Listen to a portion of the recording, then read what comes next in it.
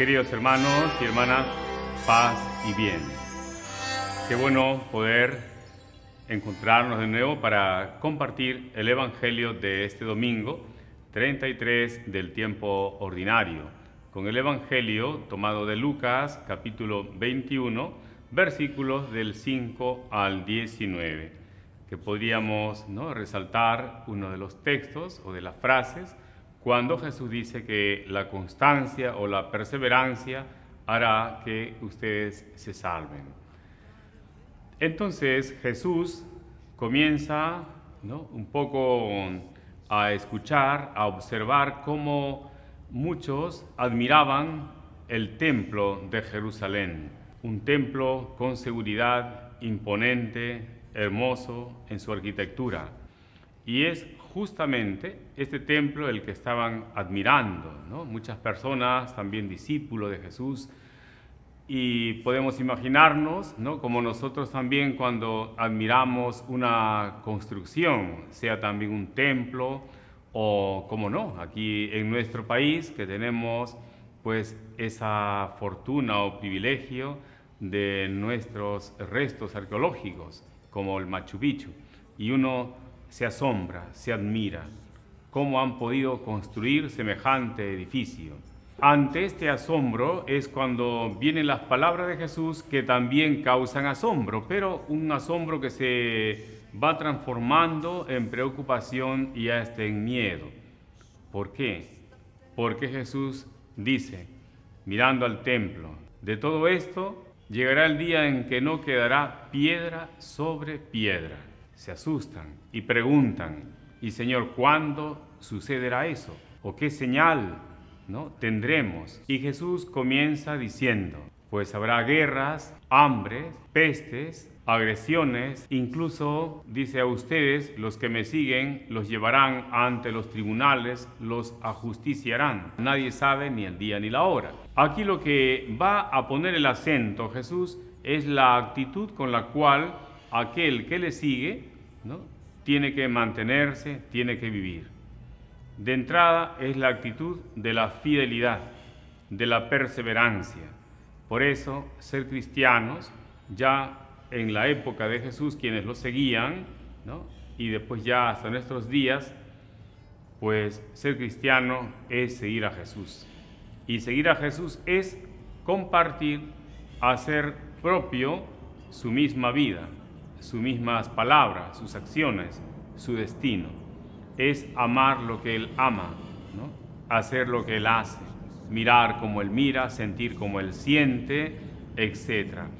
Por eso es que ser cristiano, y sobre todo para mantenerse fiel, pues se requiere de la conversión, y se requiere de un constante conocer a Jesús.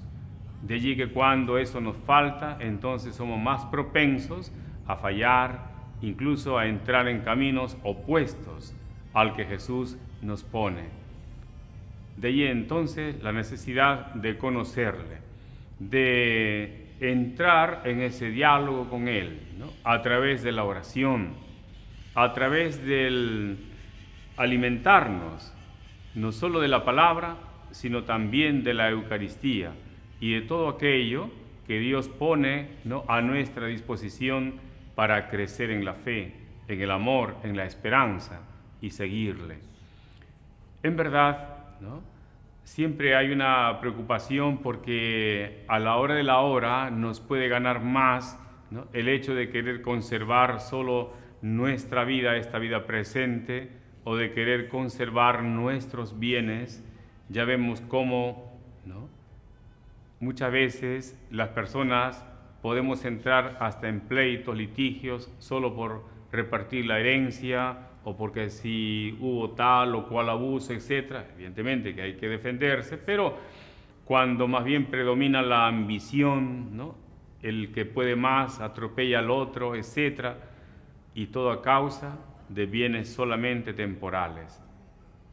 Eso ocurre porque se ha perdido, y ya no se tiene en cuenta el alimentarnos, Todos hoy día nos preocupamos, a lo mejor sobre todo cuando viajamos y no tenemos dónde cargar el celular, y ya el indicador de la batería cada vez va siendo más corto y hay preocupación, ahora ¿dónde recargo? ¿No?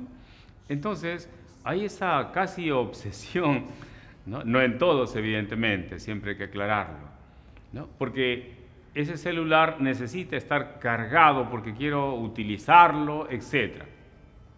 Pero nos hemos preguntado si tenemos la misma preocupación para cargar, recargar nuestro espíritu. Sí, también nos preocupamos de comer y eso es necesario, no faltaba más. Pero, ¿en qué medida alimentamos nuestro espíritu? ¿Cuánto tiempo le dedicamos? Dedicamos 3 o más horas al día para comer, para alimentarnos. Pero ¿cuánto tiempo dedicamos diariamente a la oración, a la meditación, a ese entrar en un clima de recuperar ante todo la paz interior para escuchar mejor a Dios que nos habla incluso en nuestra propia conciencia?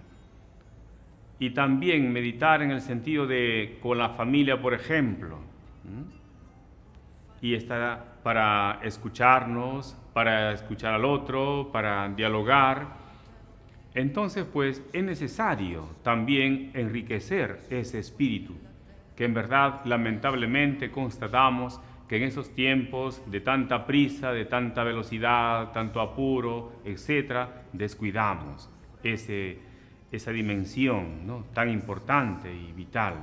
Es decir, dando testimonio de su presencia en un mundo que solo valora lo material, ¿no?, que solo valora lo económico o lo que se produce, lo que se ve, y que más bien desprecia lo que no ve o desprecia incluso al que no produce eso, cosas. Entonces, las palabras de Jesús nos llevan a nosotros a tener más esperanza y también más fortaleza. Al fin y al cabo, a nosotros cristianos no debería preocuparnos tanto el que el mundo se va a acabar, sino cómo estoy viviendo y también cómo yo, cada uno de nosotros, va a terminar esta vida presente.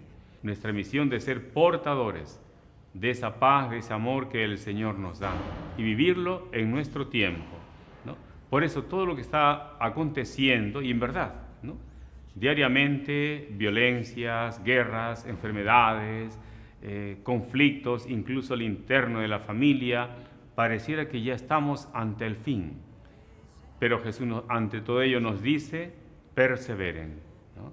No se desanimen, que el Espíritu Santo también los asistirá, ¿no?, y les dará palabras, actitudes que nadie les podrá refutar o contradecir. Eso es lo que nos pide el Señor, ¿no?, esa constancia, esa perseverancia y esa fidelidad.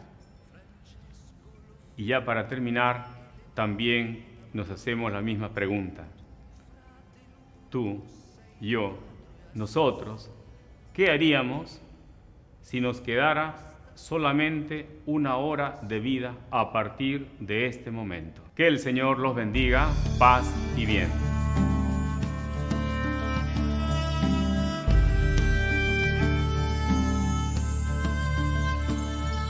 Fra te questa gente io metterò pace, il male sarà perdonato,